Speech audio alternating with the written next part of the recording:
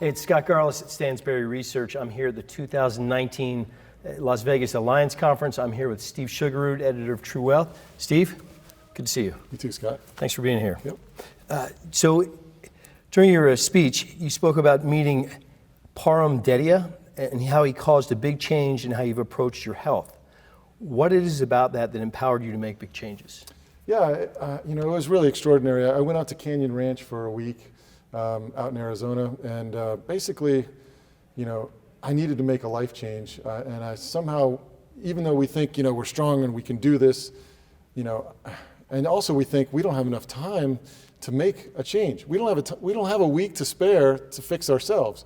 But when I actually just went ahead and did it, I'm so thankful that I did, because it really changed everything I do.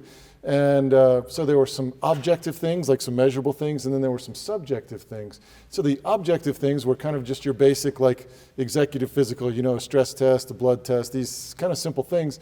But then that gave him objective numbers. It said, Steve, this number's no good, and this number's no good, and this number's no good. And Scott, if I give you a sheet of paper that says you did these 10 things well, and these 2 are terrible, what are you going to do with that?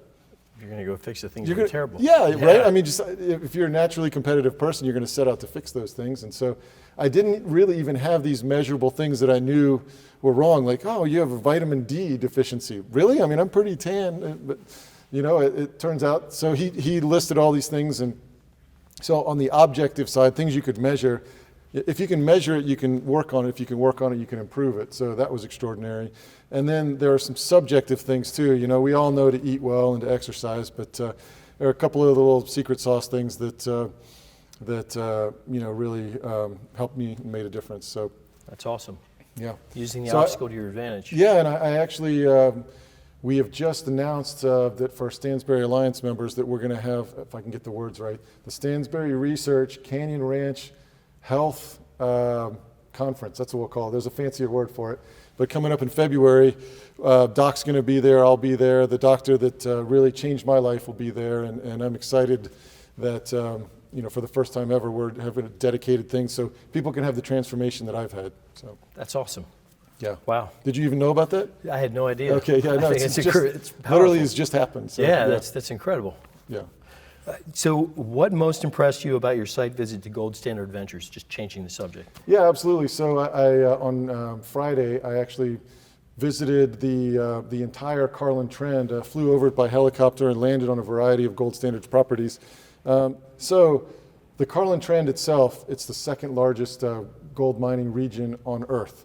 And if you saw, I don't know if you were able to see my presentation, but the size of these holes in the earth in the Carlin Trend are extraordinary. These mines, they've taken 88 million ounces of gold out of the Carlin Trend since 1965. I mean, it is incredibly productive.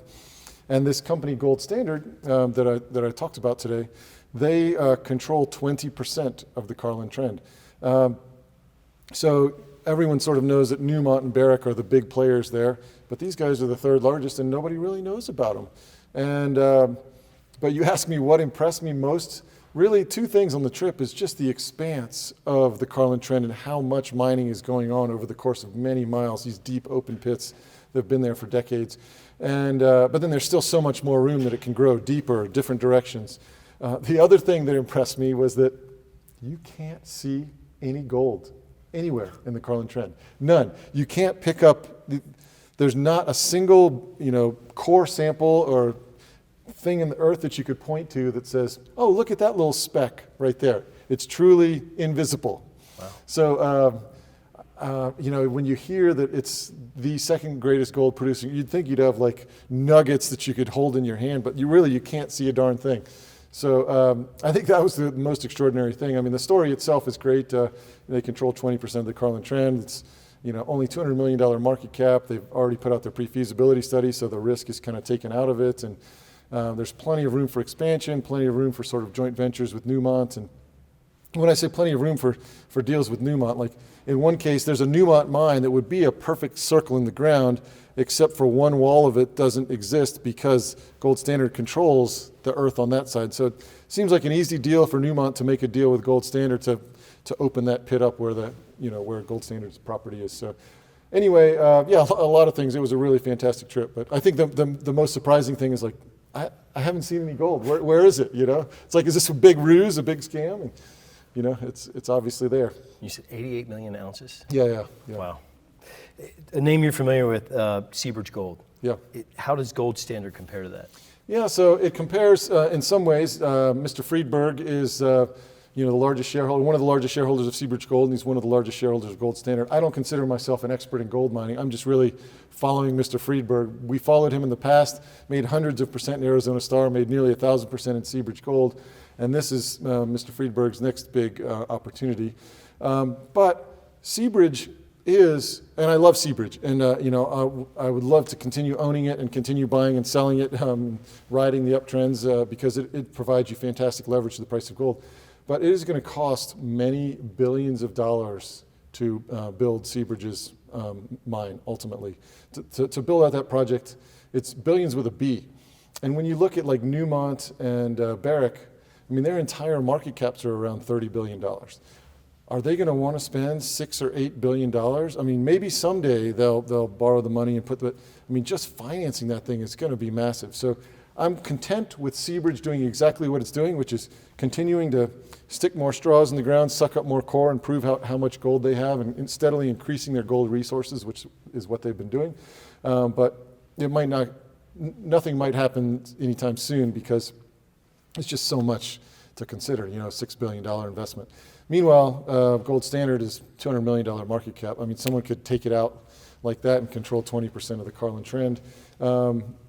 I mean, the Gold Standard guys are actually worried about that because they want to prove more resource and see their value go up before they get picked off at a 250 million market cap or something, you know.